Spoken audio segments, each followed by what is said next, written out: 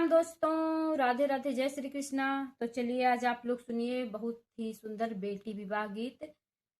तो जैसन भी लागी आप लोगों की तो लाइक शेयर सब्सक्राइब कमेंट में जरूर बताइए कैसन लागल। तो चलिए सुनिए। बाबा दुआर हर दिया के पेड़वा हरदी फूलैया धीरात जी। बाबा दुआर हर दिया के पेड़वा हरदी फूलैया धीरात जी।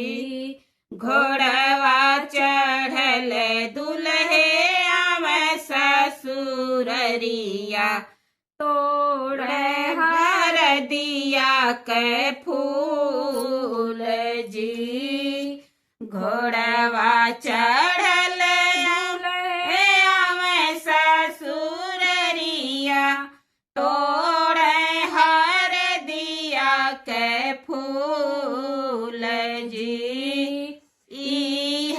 हर दिया साले ले बदह जवा रंग बाई पगड़ी रूमाल जी। हर दिया साले ले बदह जवा रंग बाई पगड़ी रूमाल जी। इतनी बचनी सुनी बेटी कवने रानी उठी है लहंग झहराई जी। इतनी बचनी सुनी बेटी कवनी रानी उठी है लहंग झहराई जी। हर दिया हमरे भैया के खेलवना भौजी के जन्म यही बात जी। हर दिया हमरे भैया के खेलवना भौजी के जन्म यही बात जी। इतनी बचनी सुनी दुल्हे कवन रामा नयना ललित होई जाए जी। इतनी बचनी सुनी दुल्हे कवन रामा नयना ललित होई जाए जी।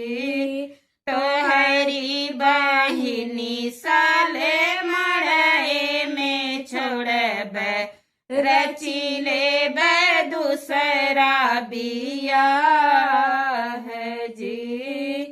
तोहरी बहिनी साले मड़े में छोड़ब रची लेब दूसरा बियाह जी।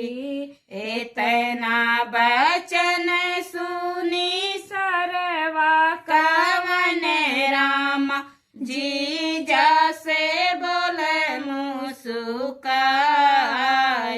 जी। इतना बचन सुनी सरवा कवन राम जी जैसे बोले मुस्काई जी। हमारी बहिने जीजा लड़िका नादनवा अब ही बाटी सुकुआर जी। हमारी बहिने जीजा लड़िका नादनवा अब ही बाटी सुकुआर जी। लैले हूँ मोरे जीजा गए जहर दिया रंगीले हूँ पगड़ी रूमाल जी। लैले हूँ मोरे जीजा दे जहर दिया रंगीले हूँ पगड़ी रूमाल जी बाबा दुअर महर दिया कर पेड़वा हरदी फूलैया धीरा